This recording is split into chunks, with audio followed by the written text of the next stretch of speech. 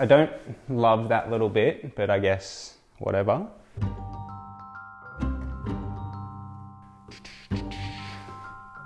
So here you can see my pride and joy, my devil's ivy wall.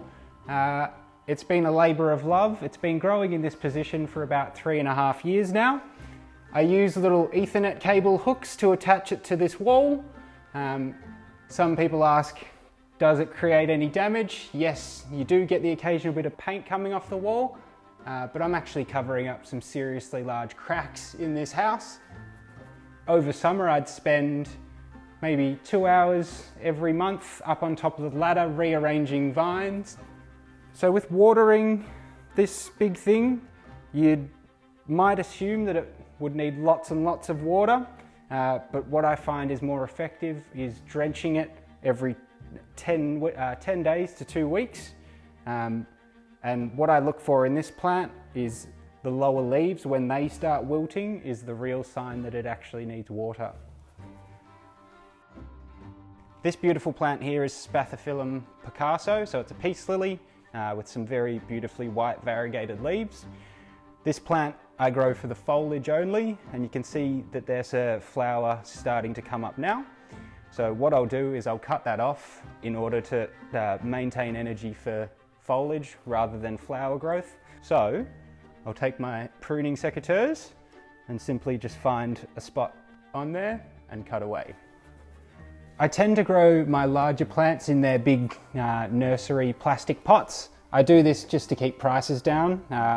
Big ceramic pots can be quite expensive, so I tend to use that money instead on buying smaller plants and smaller pots that I then position around the base to hide the plastic pot. So when it comes to watering indoor plants, for me there's no better maintenance tool than observation and using your eyes. You can look at the top of the soil to see if it's dry.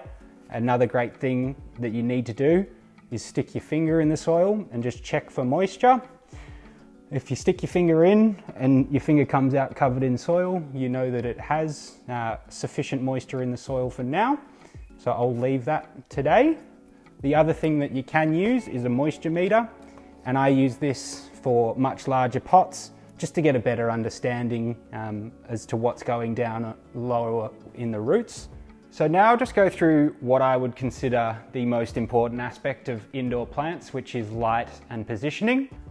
It does sound a bit weird, but what I like to do is get down on the plant's level and look up, and if I can see the sky, I know that the plant can see the sky, and it's going to be able to, it's going to be provided with enough light for successful growth and happy plants. So down here I've got my little plant hospital where some underdone plants come to kind of have another shot at life. When it comes to reviving a plant that's a bit sad, what you can do is repot them just to double check on the roots. If you have seen some root rot, definitely downsize the pot they're in. And try and match the size of pot to their root ball size, because what's happening under the surface of the soil is definitely the most important part of looking after a healthy plant. So here we have my seedling setup. So this is where I grow my cacti and succulents before I send them out to the greenhouse.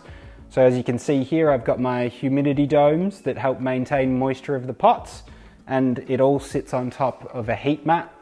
So the heat mat really is really beneficial in providing good warm soil for these small plants to grow their roots down into. So these here are little Haworthia seedlings. They're about 2.5 months old now, so still very minuscule, but they actually bring me the greatest joy knowing that I helped create these plants, and I'll help get them through until they're big enough to live out in the greenhouse.